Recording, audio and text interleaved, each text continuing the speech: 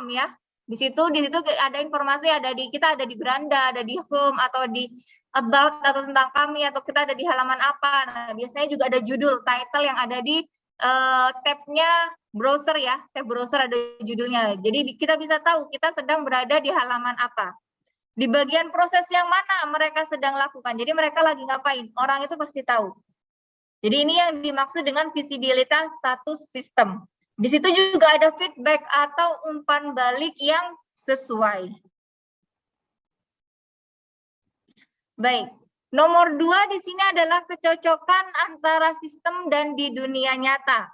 Di sini kita diminta menggunakan istilah-istilah dalam bahasa pengguna, bukan bahasa komputer. Jadi kalau ada error, jangan ditampilkan errornya. Error not found bla bla bla bla bla. Nah, itu bahasa yang tidak dipahami oleh pengguna. Pengguna pasti bingung lah, ini kenapa kok muncul seperti ini. Gunakan kata-kata umum, bukan jargon teknologi. Berikan pesan kesalahan dan umpan balik yang mengacu kepada objek pengguna. Gunakan penyebutan lengkap. Hindari tekan sembarang tombol untuk melanjutkan. Jadi harus ada tombol apa yang harus ditekan untuk melanjutkan. Nah, contohnya ini ya. Mail server query. Terus ada there was an error dan lain sebagainya. Ini contoh error yang seharusnya kita hindari. Yang perlu kita hindari. Baik. Yang ketiga di sini adalah kontrol dan kebebasan pengguna. Berikan akses mudah untuk membatalkan. Ada tombol batal. Berikan akses mudah untuk mengembalikan atau tombol kembali.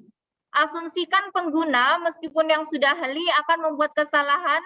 Sediakan banyak penerapan hyperlink melalui teks, gambar, dan lain sebagainya. Jadi misalnya kita punya aplikasi Shopee, ya di aplikasi Shopee tersebut kita membeli barang dan lain sebagainya. Nah, tapi tiba-tiba kita ingin cancel.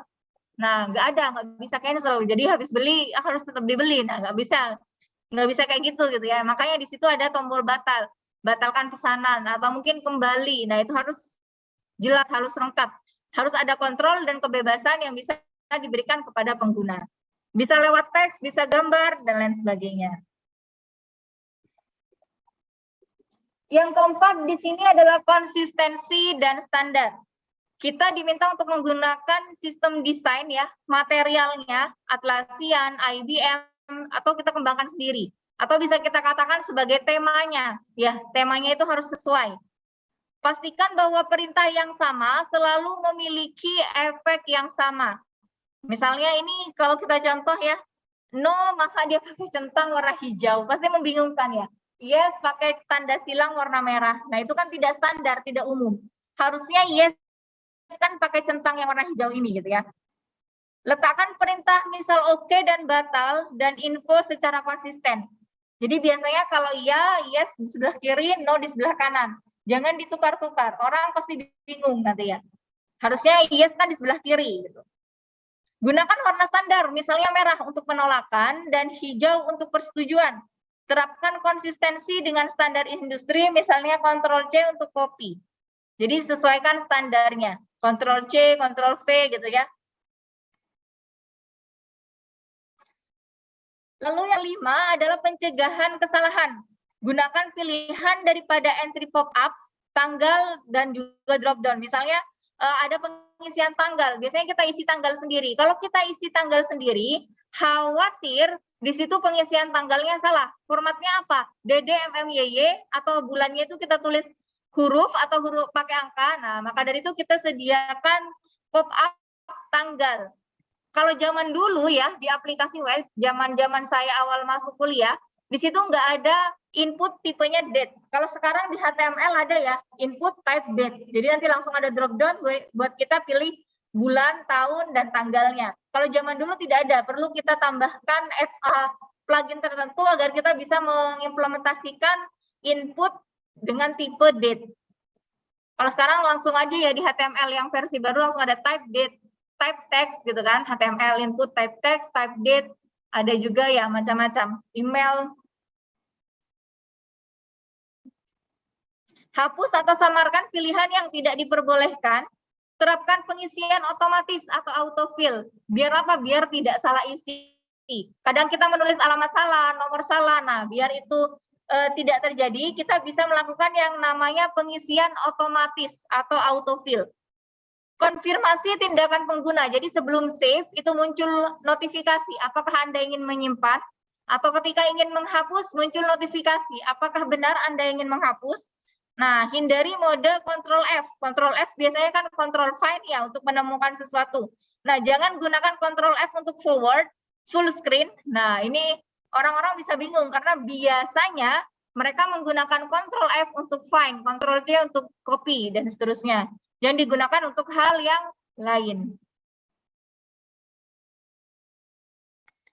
Yang nomor 6 di sini adalah pengenalan daripada ingatan. Nah, ini sempat kita bahas juga terkait short term memory gitu ya. Ingatan manusia di sini nggak akan bertahan lama. Jadikan objek tindakan atau opsinya itu terlihat jelas, terapkan pengisian otomatis, ingatkan format dan batasan, formatnya seperti apa, pertimbangkan batasan memori manusia. Ya, kurang lebih ada 2 item, dan biasanya jangka waktu ingatannya sekitar 30 detik hingga 2 menit.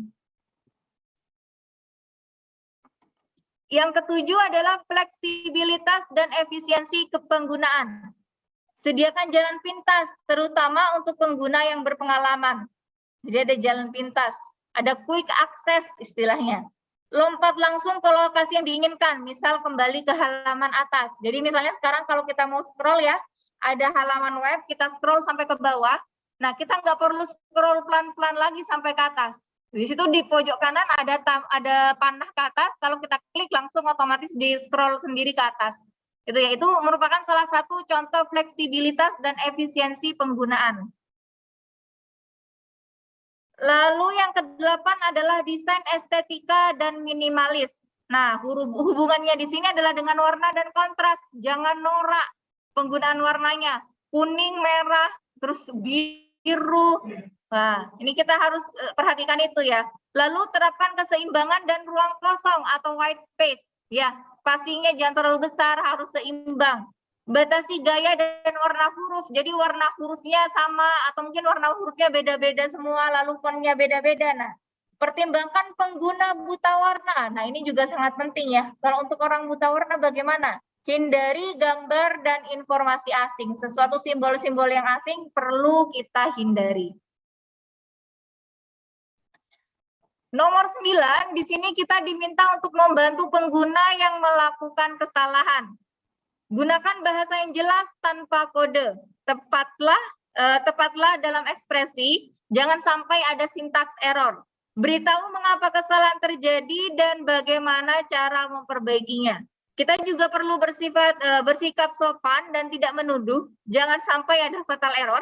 Salahkan sistem, jangan pengguna. Jadi kan kita melakukan pengujian ya. Intinya evaluasi heuristik gitu ya. Jadi jangan salahkan pengguna. Wah, kamu ini salah input data, harusnya datanya ini. Jangan menyalahkan pengguna, tapi salahkan sistemnya, karena di sistem belum disupport hal semacam itu. Jadi bukan kesalahan pengguna. Nah, itu tentang 10 ini ya, 10 nilai heuristik tadi. Yang ke-10 itu tadi adalah ini ya, dokumen manual ya, dokumentasi dan bantuan. Ya, bantuan dan dokumentasi. Biasanya kan kalau di aplikasi itu ada help-nya ya, ada dokumentasi. Nah, itu yang nomor 10. Ini adalah 10 heuristik Nielsen. Sampai di sini apakah ada pertanyaan? Oke, Vincent silakan. Ya Bu, saya mau nanya Bu, untuk yang tadi di yang nomor 4 itu konsistensi, itu ada beberapa aplikasi gitu yang saya lihat. Jadi dia kalau di delete malah ditukar Bu. Jadi yang kalau yes itu merah karena kan dia nge-delete ya Bu. Terus yang no itu mungkin antara warnanya netral kayak hitam gitu atau putih gitu ya Bu ya. Itu bagaimana Bu? Itu boleh nggak ya Bu? Sebentar, saya kurang mendengar. Teman-teman di sini dengar nggak?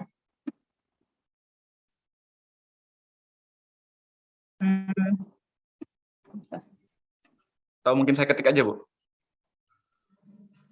Mungkin bisa diulang pertanyaannya, Vincent.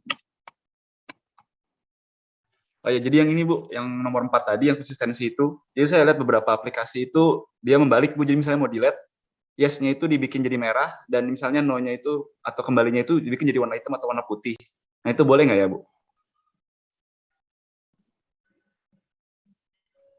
Sebentar. Ini pakai yang di atas ya. Cara ngerasinnya apa?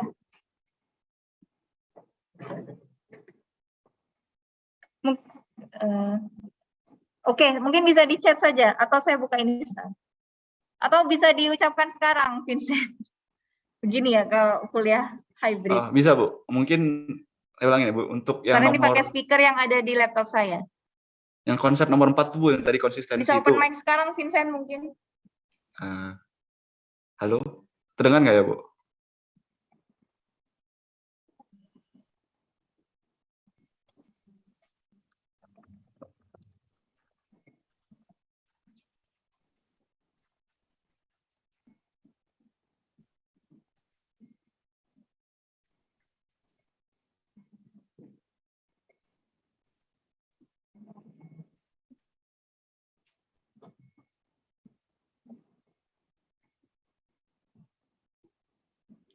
Oh, oke, baik.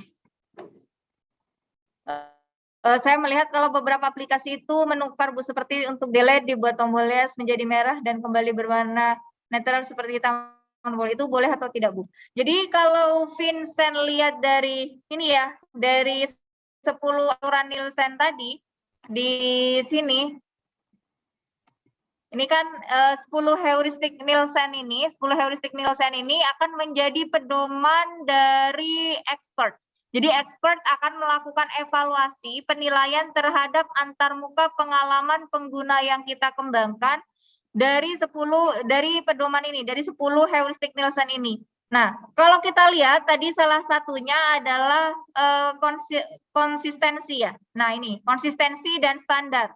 Jadi kadang memang kita menemukan aplikasi ya, kayak misalnya tombol yes dan no-nya ditukar, delete dan sebagainya dengan warna yang tidak standar dan kadang tidak konsisten gitu ya. Satu aplikasi harusnya konsisten dan standar. Nah, seperti ini bagaimana? Nah, kalau seperti ini ya sebaiknya jangan gitu ya. Ini sudah ada 10 standar dari Nielsen, ini yang akan digunakan oleh para expert untuk melakukan penilaian terhadap antarmuka pengalaman pengguna yang kita kembangkan. Sebaiknya kita bisa mengacu kepada standar ini agar antarmuka kita bisa digunakan dengan baik oleh pengguna. Intinya kan ya ketika kita mengembangkan aplikasi, tujuannya di sini adalah apa? Intinya adalah agar bisa digunakan gitu ya oleh pengguna, agar bisa digunakan.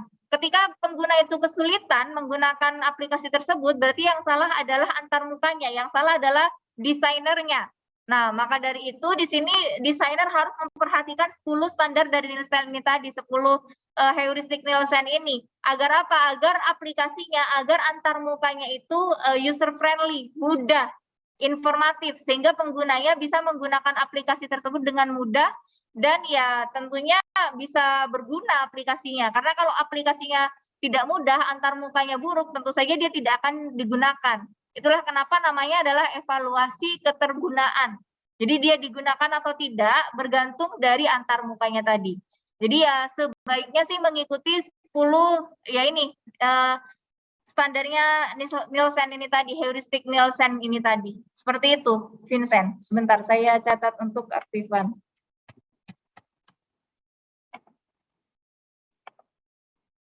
Oke.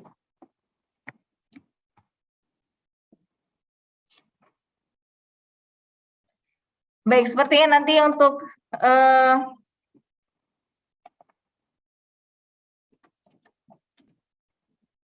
Vincent Yonatan 15 ya kita. Ya, sepertinya nanti untuk final project ya, tugas kelompok teman-teman harus demonya online semua ya, full daring, tidak perlu hadir ke kampus, tidak apa-apa. Biar memudahkan kita, biar tidak seperti ini lagi. Baik, saya lanjut ya. Apakah ada pertanyaan lagi selain pertanyaannya Vincent? Oh ya, silahkan. Noval.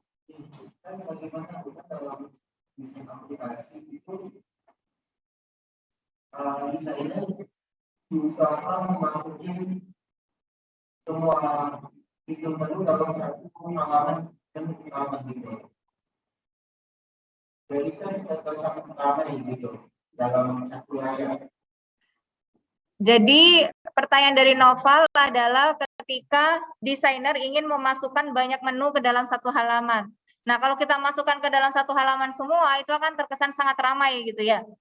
Nah, biasanya kalau kamu lihat di Tokopedia, Shopee, dan sebagainya, di situ ada yang namanya pengelompokan ya, menu-menunya dikelompokkan. Misalnya barang dagangan, di situ kan menu-menu semua ya, dikelompokkan. Kalau kita lihat, kalau teman-teman buka Shopee misalnya, nah, di Shopee di situ ada pengelompokan ya tampilan menunya. Jadi ada yang menu utama di bagian atas itu adalah untuk search ya, untuk search, terus juga ada keranjang sama chat. Lalu di bagian bawahnya di situ ada yang bisa kita scroll ke kiri dan ke kanan. Di situ ada menu, satu kelompok menu untuk Shopee Pay Later, pulsa tagihan, Shopee Express, Shopee Mall, dan lain sebagainya. Kalau kita scroll ke bawah lagi di situ ada banyak produk juga. Nah, produknya di situ juga ada pengelompokannya, makanan, minuman, pakaian wanita, perlengkapan rumah, kesehatan, perawatan kecantikan, bayar di tempat, dan lain sebagainya. Jadi kalau terlalu banyak hal menu, kita bisa mengelompokkan menu tersebut berdasarkan fungsionalitasnya tadi. Kita kelompokkan sesuai dengan fungsionalitasnya. Nanti ketika diklik yang mana fungsionalitasnya, nanti muncul daftar menu yang sesuai dengan fungsionalitas itu apa. Yang mirip fungsionalitasnya maksud saya. Gitu. Ada lagi?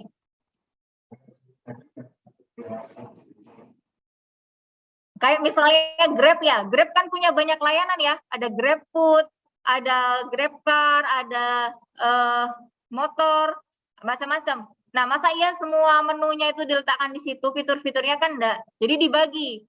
Satu Grab Car punya satu tombol, ada Grab Food satu tombol. Nah, ketika kita klik GrabFood, maka akan muncul lebih spesifik menu-menu yang berhubungan dengan GrabFood. Gimana caranya pesan makanan, diantar, dan seterusnya. Seperti itu. Jadi nggak semuanya diletakkan di home-nya.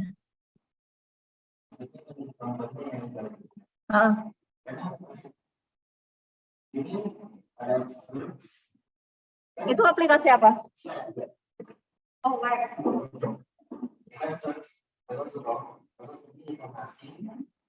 terus di bawah ada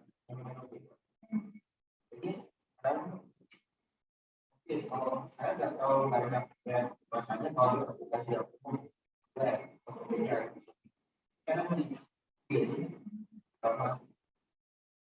itu mungkin bisa itu sama memasuki kemudian itu dalam satu layak tanpa dari itu mungkin kalau direpar itu kalau cara gitu. Mungkin kalau game itu lebih kalau misalnya di Grab dan sebagainya itu kan menunya dikelompokkan lebih spesifik ke fungsionalitasnya. Tapi kalau di game mungkin karena untuk aksesnya cepat, jadi kita tinggal scroll gimana lalu kita pilih gitu kan. Nah mungkin itu karena terlalu banyak apa istilahnya elemen game yang akan kita gunakan di situ, misalnya kekuatannya atau mungkin dan lain sebagainya. Nah, kita perlu akses yang cepat ke sana, quick access, sehingga menunya itu diletakkan di situ, di satu halaman itu. Mungkin itu untuk game. Itulah alasannya kenapa. Karena memang beda aplikasi, ini beda studi kasus, itu bisa disesuaikan, tata letak dan sebagainya. Nah, kalau game itu mungkin bisa jadi ya karena ini tadi, akses cepat. Jadi kalau kita main game di situ, ya kita butuh akses cepat, jadi menunya mungkin diletakkan dalam satu halaman itu, seperti itu. Tapi saya rasa meskipun diletakkan di satu halaman itu, di situ masih bisa kita scroll, bisa ada pengelompokannya juga, menunya dikelompokkan. Nah iya, maksudnya dikelompokkan berdasarkan fungsinya itu tadi kan. Iya. Lama gitu ya. Oke, baik. Oke, terima kasih, Novaldila. Ada lagi teman-teman yang mau ditanyakan? Silakan.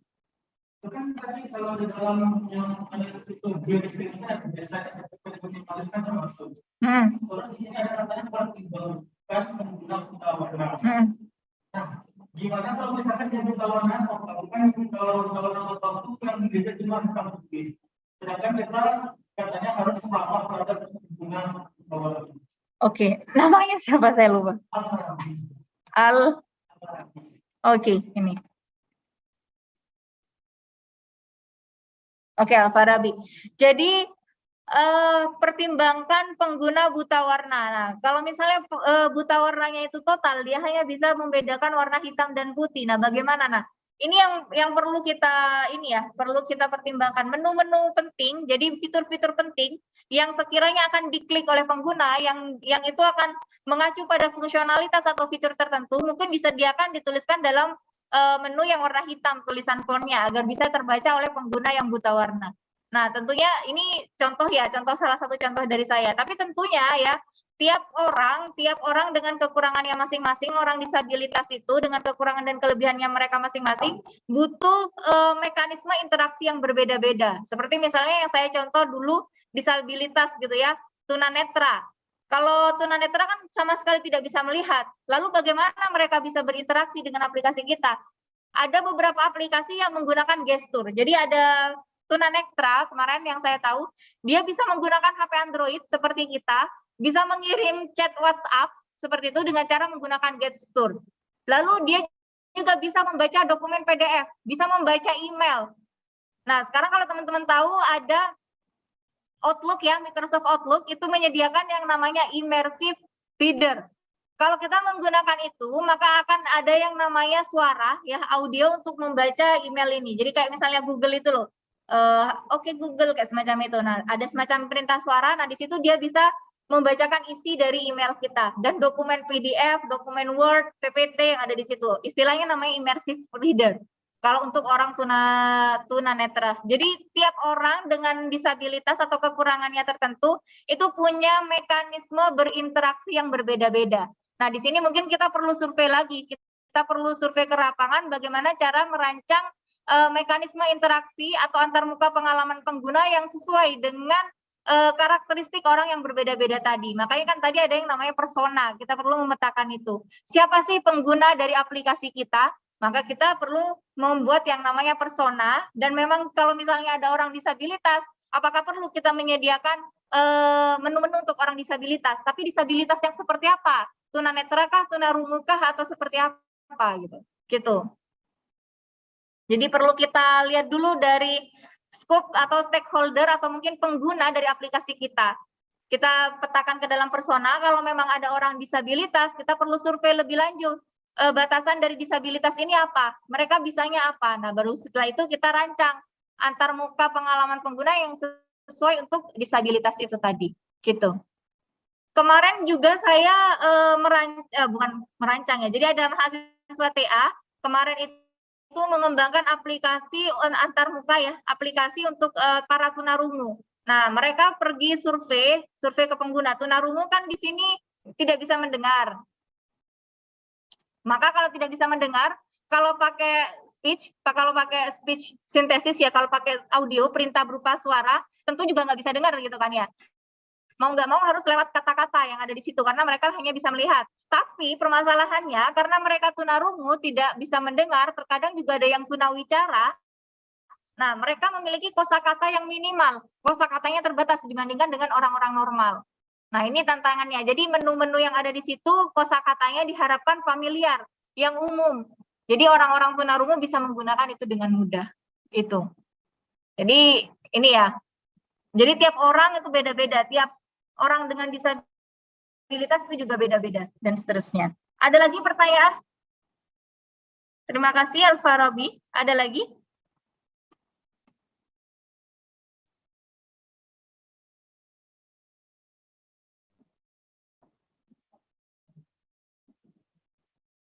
Baik. Kalau tidak ada, kita lanjut ya. Nah, itu tentang evaluasi heuristik. Sekarang kita lanjut ke evaluasi ketergunaan. Di sini ada beberapa larangan gitu ya. Yang pertama, jangan mengevaluasi apakah itu berhasil, jaminan kualitas. Janganlah pengeksperimen atau Anda yang mengevaluasi, tapi carilah pengguna. Jadi kita perlu mencari pengguna. Dalam evaluasi ketergunaan, kita tidak boleh mengevaluasi aplikasi kita sendiri, tapi kita butuh orang lain atau pengguna. Ya, jadi ibarat orang, kita butuh penilaian dari orang lain. Nggak mungkin kita menilai diri kita sendiri. Pasti kita ngasihnya bagus-bagus semua gitu ya. Tapi kalau orang lain bisa melihat sisi lain gitu ya, hal lain dari diri kita gitu, dari aplikasi yang kita kembangkan tadi.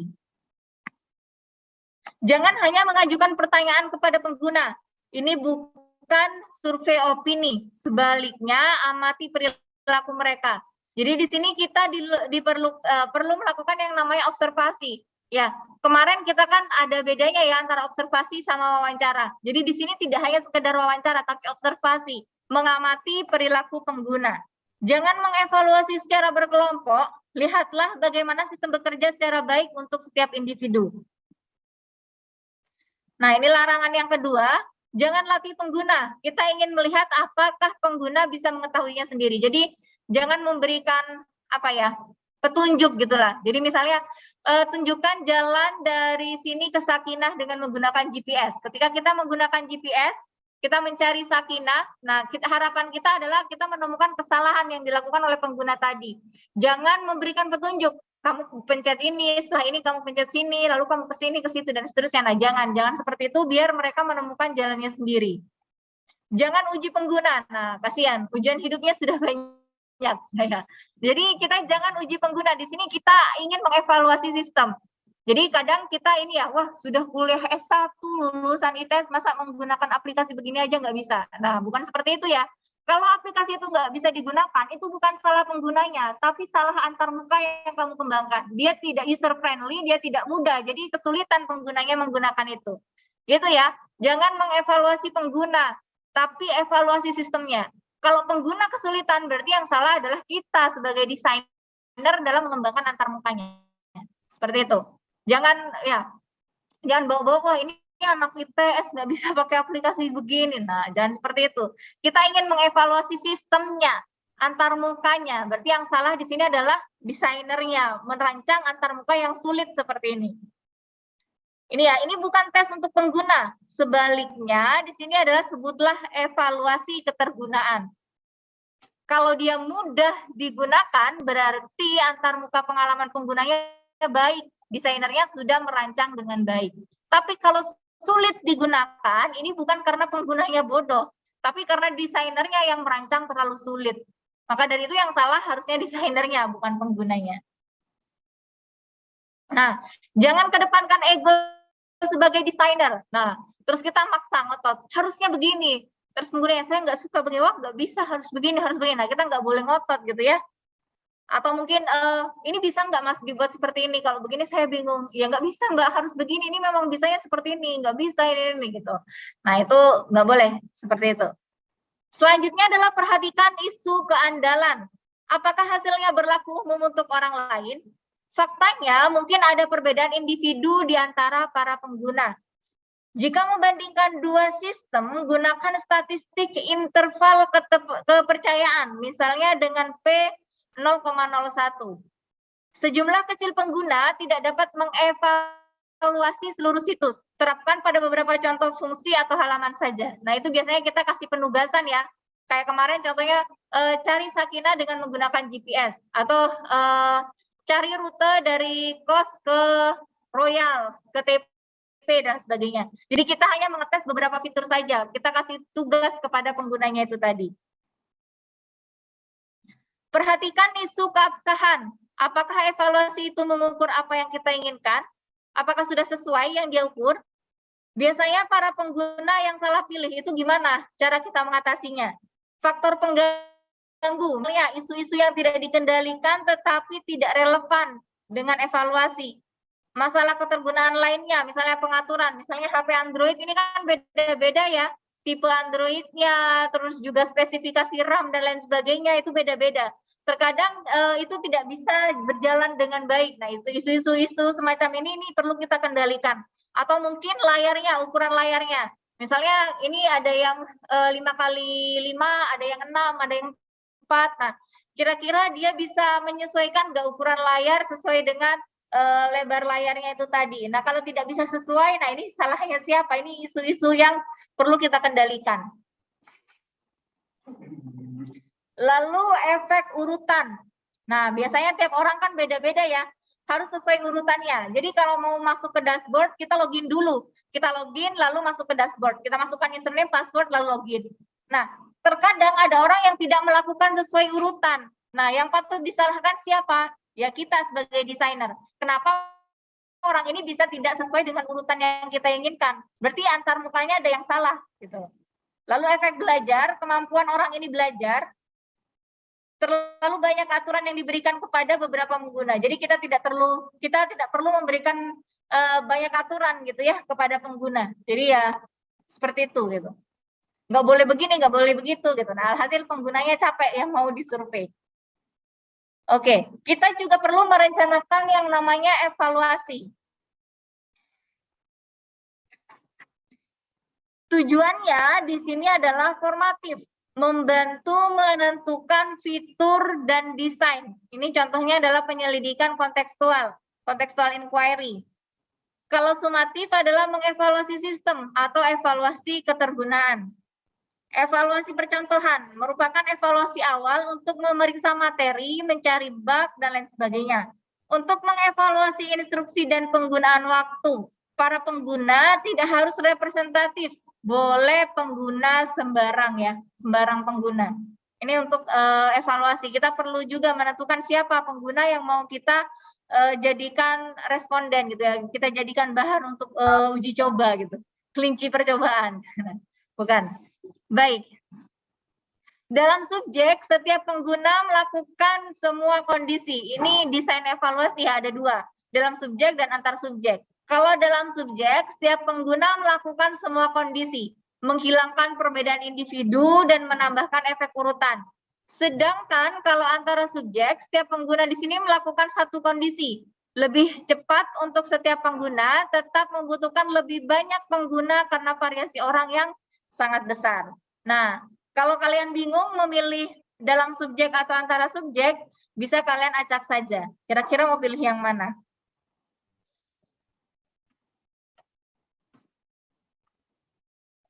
Di sini ada beberapa hal ya dalam pengukuran evaluasi ketergunaan. Kemampuan belajar. Jadi kita perlu melakukan observasi. Kira-kira pengguna kita learning rate-nya bagaimana? Kemarin kita sudah belajar tentang learning rate ya. Untuk pengguna awam, kira-kira seberapa lama dia bisa menggunakan aplikasi ini? Semakin cepat, semakin mudah antar muka itu bisa dipahami atau digunakan, aplikasi tersebut mudah digunakan, maka kemampuan belajarnya kan ini tinggi. Maka antar mukanya itu juga semakin baik. Desainernya sudah bisa merancang antar muka dengan baik. Yang kedua adalah efisiensi, kita lihat waktunya. Yang ketiga adalah galat.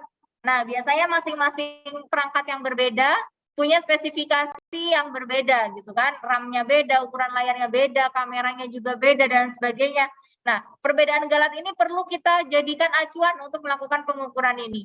Kenapa di sini dia kok responnya lebih lambat, waktunya lebih lambat? Karena memang perangkatnya beda, dia pakai HP ini, keluaran ini tahun segini gitu, dan seterusnya. Analitik, kita bisa menggunakan web analitik misalnya. Lalu juga kuesioner atau pertanyaan-pertanyaan dalam kuesioner yang bisa kita gunakan untuk menggiring pengguna kita bisa mendapatkan, untuk menggiring pengguna kita bisa memberikan data yang kita inginkan.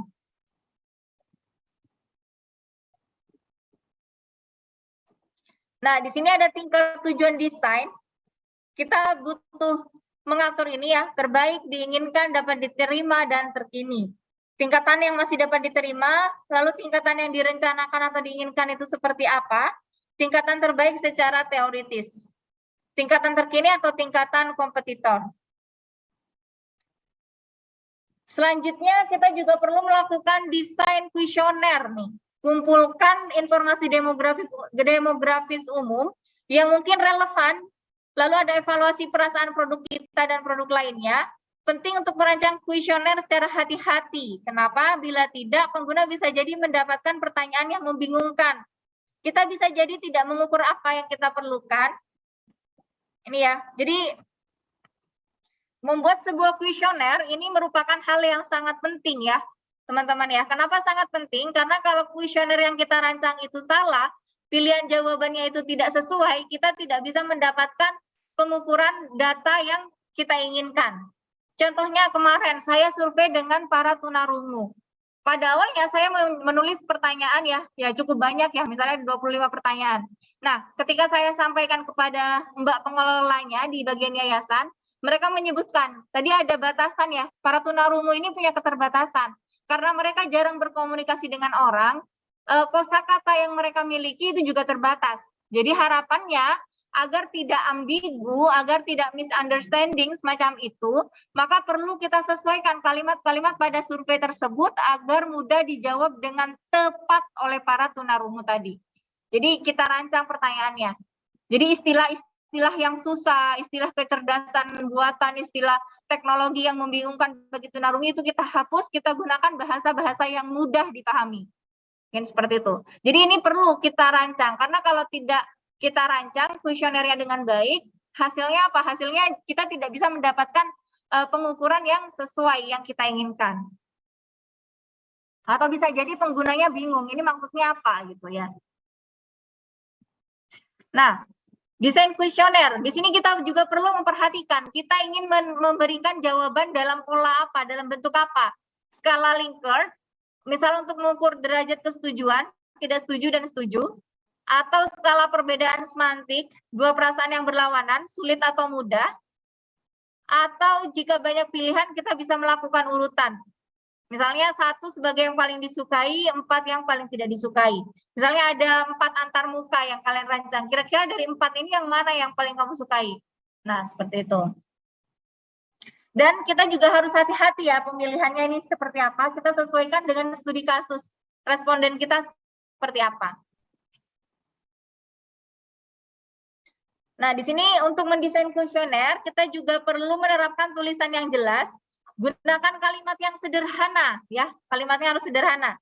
Jika pengguna melakukan kesalahan pengisian, maka kuesioner tidak akan valid.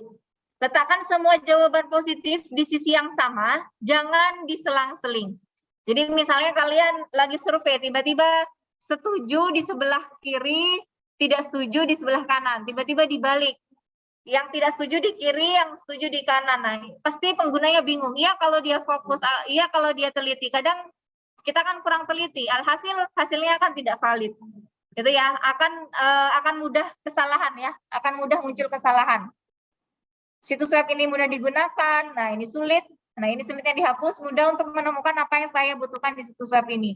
Nah, kadang kita juga perlu menggunakan rentang. Misalnya ketika kita survei tunarungu, berapa umurmu? Nah, kalau kita memilih menuliskan umur mereka secara pasti, misalnya umur 20, 15 dan seterusnya, kita yang akan kesulitan merekap. Sehingga di sini kita bisa menggunakan rentang. Misalnya umurnya berapa? 0 sampai 5 tahun. Ini usia SD, usia ini. Nah, di situ kita bisa kelompokkan berdasarkan golongan umur. Itu akan lebih mudah untuk kita. Nah, di sini ada referensi ya untuk kuesioner, pertanyaan-pertanyaan. Kuesioner for user interface satisfaction. Ini sudah standar dan tervalidasi. Sebentar. Bentuknya di sini. Nah, ini ya. Jadi, teman-teman bisa lihat reading character on the screen. Jadi, kemampuan membaca karakter di layar. Susah atau mudah, nah ini contohnya. Atau sequence of screen, ya alur di screen-nya seperti apa. Jadi teman-teman kalau ingin merancang pertanyaan untuk pengujian, untuk evaluasi ketergunaan, bisa menjadikan website ini sebagai referensi. Di sini bisa dijadikan pertanyaan ya, referensi pertanyaan untuk membuat kuesioner untuk evaluasi ketergunaan tadi.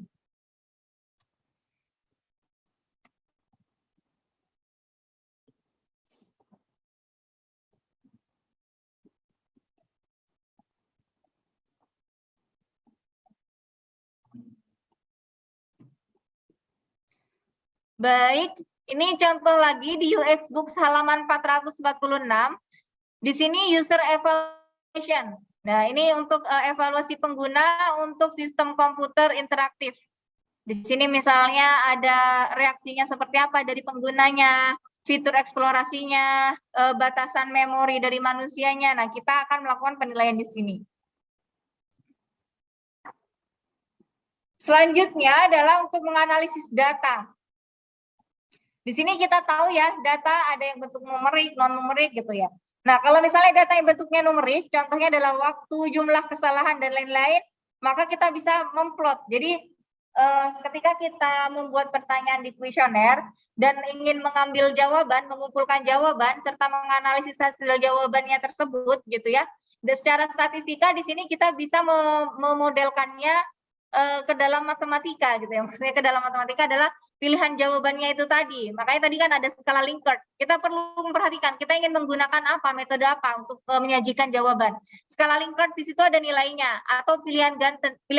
Pilihan ganda itu kan ada ABC. Nah, di situ bisa kita kasih nilai poin 1 2 3 4 dan seterusnya. Nah, di sini jawaban-jawaban tadi kita ukur secara matematis untuk mendapatkan nilai agar kita bisa memvalidasi pelaksanaan survei yang kita lakukan tadi. Biasanya surveinya valid atau tidak. Di sini ada banyak tekniknya. Kalau teman-teman belajar di statistik ya, ada chi-square dan lain sebagainya seperti itu yang bisa kita gunakan untuk mengecek, melakukan pengecekan terhadap validitas dari pelaksanaan survei tadi. Nah, sehingga di sini ada data-data, misalnya ada data numerik, misalnya waktu, jumlah kesalahan. Nah, kalau data numerik biasanya seperti waktu dan jumlah kesalahan bisa kita sajikan ya, ke dalam bentuk tabel. Kita bisa plot menggunakan yang namanya spreadsheet gitu. Jadi ada grafik sebarannya. Kita bisa tahu trennya. Oh, ternyata waktunya paling banyak untuk tugas ini. Waktunya ternyata di sini, kesalahan paling banyak di sini. Nah, kita bisa tahu trennya. Selanjutnya, kita bisa mengelola masalah itu berdasarkan cakupan dan keparahannya. Cakupan di sini hubungannya adalah seberapa luas masalahnya. Sedangkan keparahan di sini adalah seberapa kritis masalahnya tadi. Itu. Nah, itulah kenapa di template tersebut saya minta teman-teman untuk melampirkan rekaman video YouTube ya. Di sini sangat berguna. Selain sebagai bukti bahwa kalian benar-benar survei gitu ya, benar-benar melakukan observasi. Di sini kalau di evaluasi ketergunaan, di sini berguna baik untuk demonstrasi masalah ke pengembang atau manajemen, lalu memfasilitasi analisis dampak. Ya, meskipun ini memang sangat lambat gitu ya untuk dianalisis, kita harus putar ulang video, kita harus lihat adegan-adegannya satu persatu, seperti itu. Nah, di sini ada protokol berpikir lantang, dapati pengguna untuk terus mengungkapkan pemikiran mereka. Jadi harapan kita ketika kita melakukan evaluasi ketergunaan, harapannya adalah kita harus bisa membuat pengguna itu menyampaikan apa yang ada di pikirannya. Jadi ketika menggunakan, oh aplikasinya begini ya, oh ininya begini ya, gitu. Dorong pengguna untuk mengekspresikan apapun yang menarik. Wah ini bagus ya, wah ini ternyata bisa begini ya, wah ini bisa di-scroll begini ya. Nah itu perlu kita dorong pengguna untuk menyampaikan hal-hal semacam itu. Bisa jadi perlu membimbing pengguna agar terus berbicara. Jadi kalau penggunanya diam, nah kita pancing, kita giring mereka agar mereka bisa terus bicara, bisa mengungkapkan apa yang ada di pikiran mereka. Ajukan pertanyaan umum, apa yang Anda harapkan? Jadi kamu pengennya seperti apa? Jadi apa yang kamu pikirkan sekarang setelah melihat aplikasi saya ini? Bentuknya seperti ini dan seterusnya. Nah, jangan bertanya hal-hal semacam ini.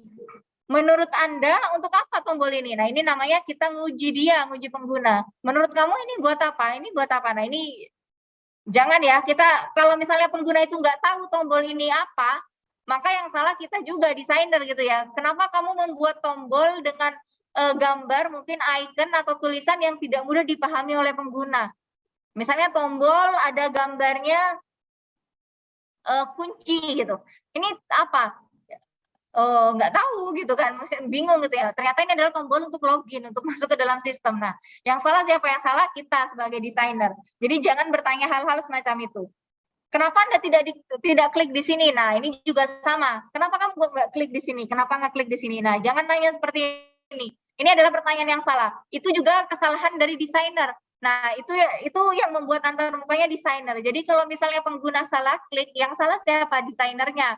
Kenapa kok bisa penggunanya salah klik? Berarti ada informasi yang tidak tersampaikan. Ada tombol yang tidak terpersepsikan dengan jelas. Seperti itu. Ada informasi yang tidak bisa tersampaikan. Jadi jangan bertanya hal-hal semacam ini. Nah, kita juga perlu memiliki etika. tidak boleh menyakiti pengguna. Wah, sudah S1 tapi nggak bisa pakai aplikasi macam begini gitu. Lulusan ITS aplikasi gampang begini aja nggak bisa gitu.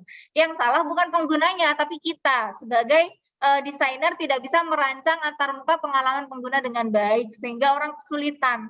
Tekankan bahwa kita sedang mengevaluasi sistem, bukan pengguna. Seperti tadi ya, ini sistem yang kita evaluasi, bukan pengguna, bukan latar belakang penggunanya. Nggak peduli lulusan apa, nggak peduli S1, S2, atau S3, dan seterusnya gitu ya. Hasil evaluasi dan identitas pengguna perlu dirahasiakan. Wah, ini juga perlu. Sebut saja bunga, jadi namanya nggak perlu ditulis. Kalau foto atau video mungkin boleh ya, tapi kita izin dulu kalau mau merekam. Tapi kalau nama kita misalkan saja, terutama di persona semacam itu. Hentikan evaluasi jika pengguna terlalu kesal. Nah, ini teman-teman harus hati-hati ya, jangan sampai penggunanya marah-marah. Terus kita mendesak dia begini-begini, akhirnya dia kesal, sudah wes. Nah, makanya kalau dia sudah kesal, mending kita hentikan. Pada akhirnya mintalah komentar dan ucapkan terima kasih kepada para pengguna yang berpartisipasi pada evaluasi. Jadi kita ucapkan terima kasih, atau kalau memang mau kita kasih dia souvenir. Biasanya teman-teman dari statistika kalau ada survei itu biasanya ngasih souvenir ya untuk para respondennya dan seterusnya. Seperti itu. Nah, ini beberapa contoh adegan untuk evaluasi ketergunaan. Di situ ada pengguna, terus ada orang yang mengamati, dilihatin tuh. Dilihatin ketika dia melakukan sesuatu. Nah, terkadang orang yang dilihatin itu akan muncul yang namanya efek Hawthorne. Jadi kalau kita dilihatin orang, pasti secara tidak langsung sikap kita akan berubah, ya kan? Kita dilihatin, misalnya nih saya lagi kerja di ruangan, tiba-tiba ada atasan lewat, pasti saya nanti, wah ada atasan, sikap saya akan berubah, gitu ya. Ini maksudnya adalah efek Hawthorne. Jadi ketika orang sadar bahwa mereka sedang diamati, mereka mengubah perilaku normal mereka secara tidak sengaja. Contohnya, kita mengamati bagaimana pengguna berinteraksi dengan aplikasi. Pengguna kita beritahu bahwa tindakannya di aplikasi akan direkam. Akibatnya, pengguna mungkin akan ekstra hati-hati untuk tidak membuat kesalahan pada aplikasi untuk menghindari rasa malu. Nah ini ya, ini perlu kita tekankan. Solusinya apa? Yang pertama adalah beritahu pengguna bahwa tidak ada cara yang benar atau salah dalam menyelesaikan tugas mereka selama penelitian atau eksperimen. Jadi kita kasih tahu, kita floorkan ke mereka di awal, santai aja, kamu salah pun nggak masalah gitu ya. Di sini bukan tentang kamu gitu ya, tapi tentang sistem ini. Jadi saya akan mengevaluasi, jadi tidak ada cara yang benar atau salah. Jadi terserah kamu gitu, nggak masalah. Kita harus kasih pengantar ini, kita floorkan dulu biar penggunanya tidak takut lah seperti itu.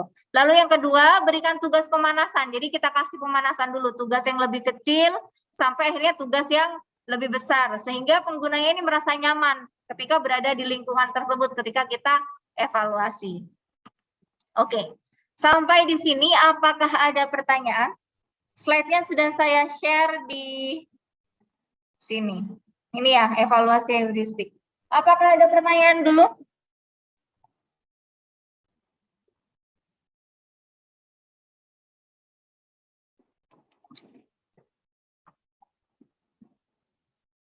Belum?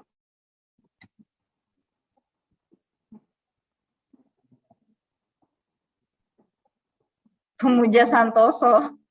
Siapa ini Pemuja Santoso? Bali United. Ini dari Bali semuanya ya. Rahasia negara.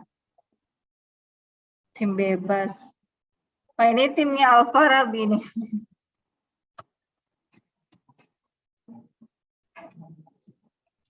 Ya, silakan diisi dulu ya untuk ini. Kapan jadwalnya sudah saya share ke kelas B, C, dan kelas D. Ada pertanyaan barangkali? Belum? Ya, silakan. Enggak ada.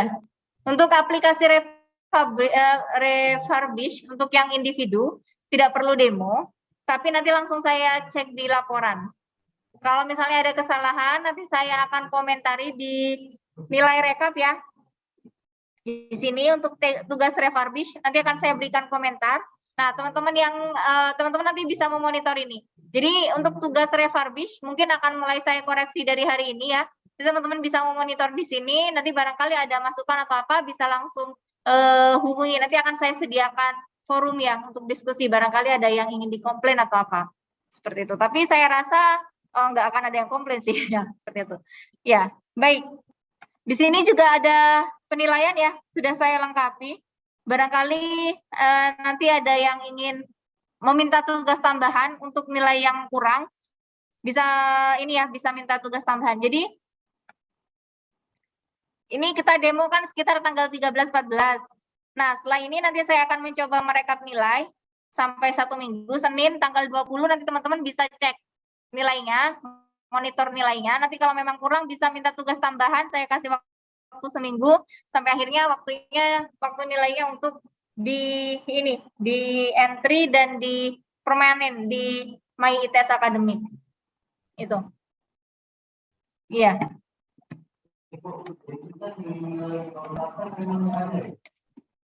Sebentar. Kenapa?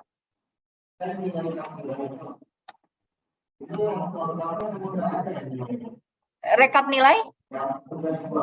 Oh, tugas 2 ya, ini. Belum saya cek semua, nanti saya cek, saya lengkapi. Ini masih dalam masih sedang saya koreksi, termasuk diskusi kelas. Nah, ini masih saya tanyakan ke asisten. Rencananya diskusi kelas yang perangkat berantar muka buruk kemarin itu, terus teman-teman disuruh menjelaskan terkait signifier, ya seperti itu nanti akan saya nilai di sini. Iya, ini saya lihat dulu untuk waktu terakhir pengumpulan nilai.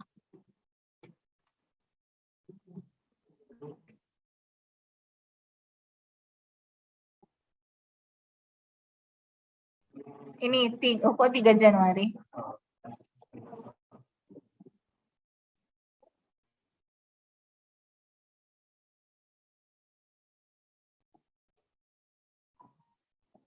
Ini ya, 4 Juli ternyata. Ya, nanti saya kasih waktu kurang lebih 1 minggu ya. Jadi ini nanti saya mulai koreksi ya. Dari minggu ini, Jumat saya nanti rapat dengan asisten terkait nilai. Nanti teman-teman bisa monitor nilai. Nah, nanti ketika demo sekitar tanggal 13-14, ada yang ingin menambah nilai, merevisi nilai, bisa minta tugas tambahan. Jadi saya kasih kurun waktu maksimal revisi sampai tanggal 30, tanggal 1 ya. Karena tanggal 4 harus sudah divalidasi, disubmit, harus sudah dipermanen gitu ya. Paling 3 maksimal tanggal 30 ya, tapi kalau 30 teman-teman lah 1 hari ngerjakan ya, nggak tahu. Nah, mungkin maksimal ya sekitar pokoknya sebelum batas ya. Batasnya di sini tanggal 4, paling tidak ini harus sudah dipermanen. Harus sudah disubmit. Karena dosen kalau tidak mempermanen pada tanggal ini nanti dapat surat cinta dari Pak Rektor. Nah, itu. Nah, maka dari itu ya teman-teman kalau ingin merevisi nanti silahkan minta surat tambahan ya, tugas tambahan. Intinya nanti mulai hari ini dan besok saya mau rapat dengan asisten terkait pemberian nilai. Jadi silahkan dimonitoring, kalau misalnya ada nilai yang kurang bisa minta nilai tambahan ya. Itu mau minta tugas tambahan, bukan nilai tambahan, tugas tambahan. Tapi saya rasa nanti bisa lulus semua kok insya Allah. Jadi tetap saya bantu. Ada pertanyaan?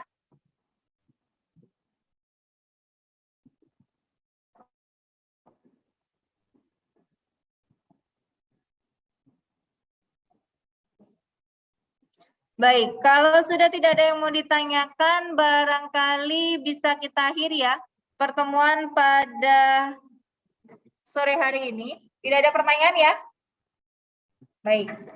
Oke, terima kasih banyak atas kehadiran teman-teman semua pada kesempatan kali ini dan terima kasih juga atas partisipasinya.